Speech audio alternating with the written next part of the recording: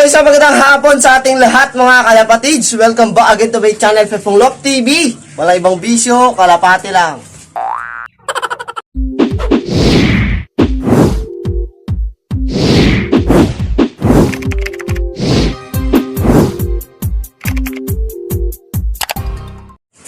So ngayong hapon mga kalapatids, i-update ko kayo kung ano nga ba nangyari, kung nabuhay nga ba yung inakay kahapon, yung binlag natin na kalbong na namisa mga kalapatids. Tapos kasama pa yung pusod nung namisasa. So i-update ko kayo kung ano na nga bang nangyari sa kanya, kung nabuhay o namatay nga ba siya mga kalapatids. Siyempre bago yon, kung bago ka lang sa aking channel, wag mo kalimutan mag-subscribe. Hit mo na rin yung notification bell para lagi kang updated kapag may bago tayo lalabas na video mga kalapatids. Ito, hinapon na nga lang din tayo naka-vlog kasi kadadating ko lang. May nasikaso rin kami mga kalapatids. Ito nga, makikita nyo, madilim na mga kalapatids dahil nga hapon na. At paulan na rin dito mga kalapatids. Kaya ipapapasukin muna natin itong mga naka-viewing natin yung apat na bagong inakay na kawawalay mga kalapatids. Magiging warders natin na pang summer. Andito kasi sila sa 360 aviary natin mga kalapatids. So last day na po ng pag-viewing nila ngayon, and then try natin mag open loop bukas o kaya sa isang araw mga kalapatids. Sa ganun is makita natin kung kaya na nga ba nila. Ayun, kabisado, ayun, lumaob na yung isa. Kung kabisado nga ba nila na dito mga kalapatids, ayun, lumaob na yung isa. Yung galing kay Jojo mga kalapatids, ayun, tapos yung tatlo andun pa sa labas. Ayan, nandiyan pa sila sa labas mga kalapatids, And eto, so total alas 4 na, magpatuka muna tayo na itong mga warriors natin. Dahil kompleto na nga sila, sabi ko sa inyo kahapon, kompleto na yung panglaro natin. So bale, hindi natin mag-all bird, 10 na lang yung ilalaro natin. Ayun, paloob na naman yung isa. So yung dalawa, andun pa sa andun pa, nagkatambay pa mga kalapatids, So, yun nga mga kalapatids, hindi na tayo mag-all bird. Bali, puro young bird na lang ilalaro natin silang 10 kasi hindi na po aabutin kung mag-all bird pa tayo, kung mag-breed pa tayo kasi April, mga 3rd week ng April, lalaro na ang club mga kalapatids, kaya hindi nahabol kaya silang 10 na lang yung ilalaro natin mga kalapatids. Ito, patukain muna natin ito mga kalapatids ko, unahin na natin ito sa flyers loop, tapos dun sa mga breeders mga kalapatids bago ko ipakita sa inyo kung ano na nga ba nangyari dun sa inakay kahapon na napisa ang kalbo mga kalapatids. Ito, tara magpatuka, baka patukain pa ng iba mga kalapatids. Bye!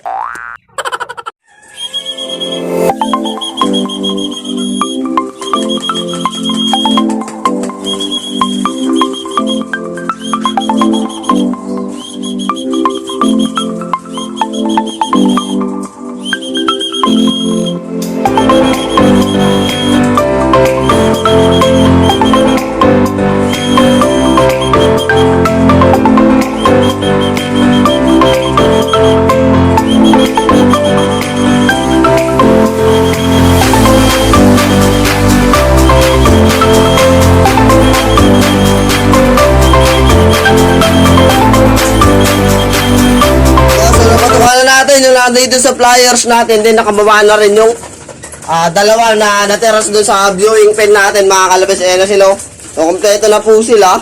And then si Alwina, tapos yung asawa niya lang hindi natin lalaro kasi hindi pa alam kung saan yung laro ng club mga kalapatids. Kung dito sa South sa Olonga po mga kalaro ng all bird si Alwina, pero kung dito lang din sa Norte sa pinaglaruan niya nung last derby mga kalapatids, hindi po pwede kasi nga dun sabi na to noong nakaraang taon, so yun yung sabi ni Press mga kalapatids, kaya hindi pwede na ilaro pag dito sa Norte si Alwina, pero kung sa South dun sa Olonga po is may ilaro natin siya ng all bird category. Masusubukan na natin yung galing sa Alwina kung papalarin na sa Olonga po mga kalapatids yung magiging laro namin ngayong summer derby race. Ayun sila, ang tatakaw na, lalakas na kumain kahit yung mga bagong kawawalay dito, yung mga kalalagay natin, yung grizzle mga kalapatids, nakikipagsabay na rin sila. Lalo na yun, yung galing dun kay Jojo. Ayan so kompleto na po sila mga kalapatids. So yung tamad lang kumain sa Alwina kasi naglilimlim mga kalapatids. Ito, sunod naman natin yung mga nasa breeders natin din. Update na tayo dun sa inakay mga kalapatids. Many minutes later.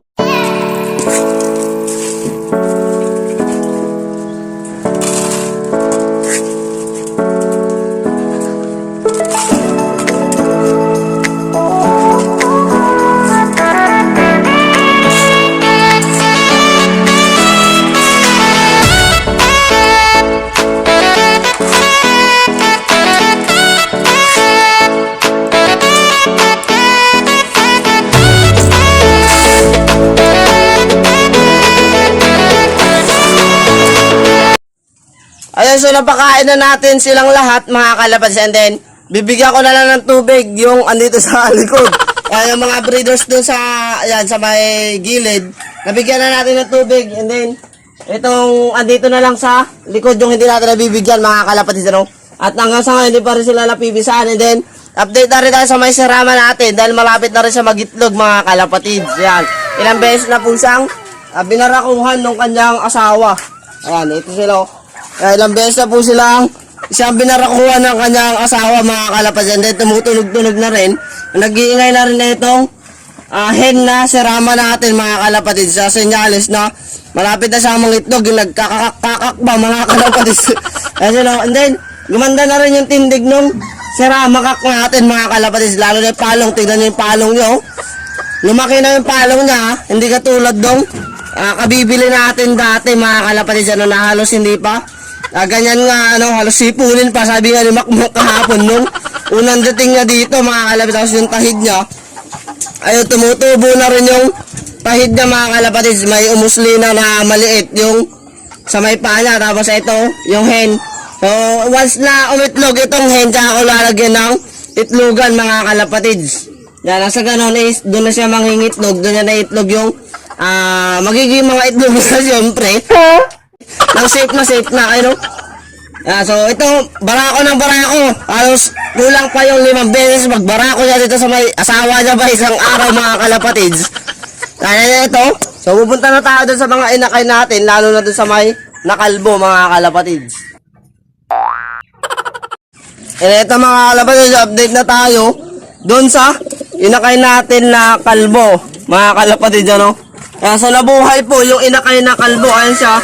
Live na live, malakas na malakas mga kalapatids. Nasubuan ng mabuti yan. Tinatakpan ko na lang yung dumi kasi hindi ko pa nadakot. May nasikaso nga akong papel, ano. So mas healthy lang yung isa mga kalapatids. Tapos itong napisa na ano na kalbo is kasama pa yung puso. Danyan pa, hindi pa nahihiwalay mga kalapatids, ano. Pero healthy naman siya mga kalapatids. Susubukan siya ng maayos ng magulang niya. So try natin na mga ayan. Ayun, busog na busog mga kalapatids. Signan natin kung mabubuhay yan hanggang sa lumaki itong inakay na yan mga kalapatids. Yung napaka laki ng agwat nila, yung laki pa lang kitang kita na mga kalapatids. Mas malaki talaga itong isa, ayun, mas maraming balahibo kaysa dito sa may kalbo mga kalapatids, ano. Ayun, so tignan natin ano mga kalapatids kung mabubuhay yan hanggang dulo, kung mapapalaki niya ng maayos ito, kung mabubuhay niya, maalagaan niya na mabuti itong inakay niya. So ayun, nakita nyo na kung ano nangyari dun sa inakay na nakalbo.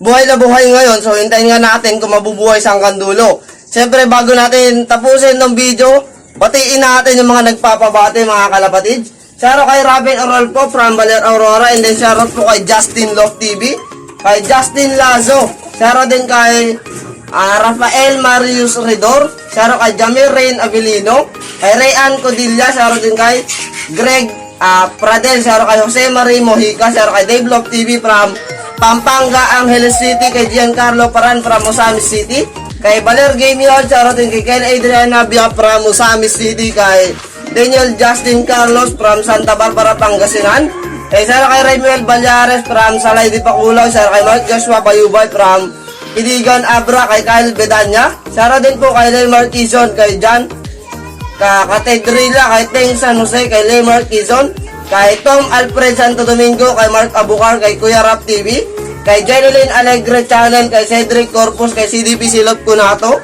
Sara din kay Saad Jacob Landingin, kay Rene Reyes, Ray Loyola, Vladimir Rivera, Blue Lagoon Tifler, kay Robin Orolpo, From Valer Aurora kay Ivan Peña, Dave Love TV, Jana Love TV, Justin Love TV, Justin Taclina, and Roan, Kane Dub TV, at Salisar Brands TV, tapos si Al Johnson Alta, Pijo Love TV, RM Love TV, shoutout kay Gilby Antonio, yan, shoutout sa inyong lahat, pati kay EB Family Love TV, maraming salamat sa pagsuporta, kaya pati kay Ashley Retiro, and then kay Rapis Love, shoutout sa iyo, idol.